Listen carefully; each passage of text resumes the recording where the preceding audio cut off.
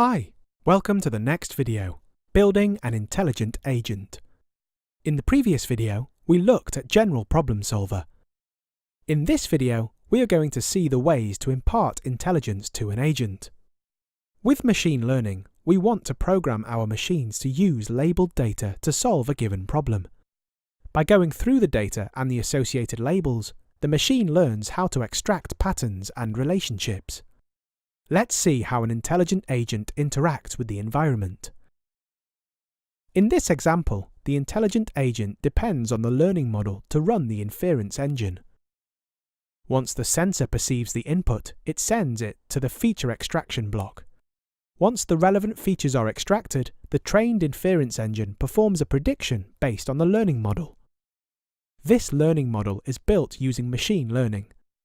The inference engine then takes a decision and sends it to the actuator, which then takes the required action in the real world. There are two types of models in the AI world: analytical models and learned models. Before we had machines that could compute, people used to rely on analytical models.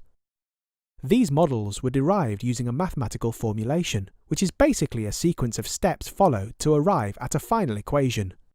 The problem with this approach is that it was based on human judgment. Hence, these models were simplistic and inaccurate with just a few parameters.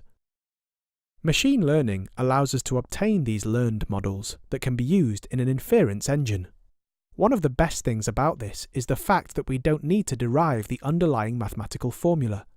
You don't need to know complex mathematics because the machine derives the formula based on data. All we need to do is create the list of inputs and the corresponding outputs.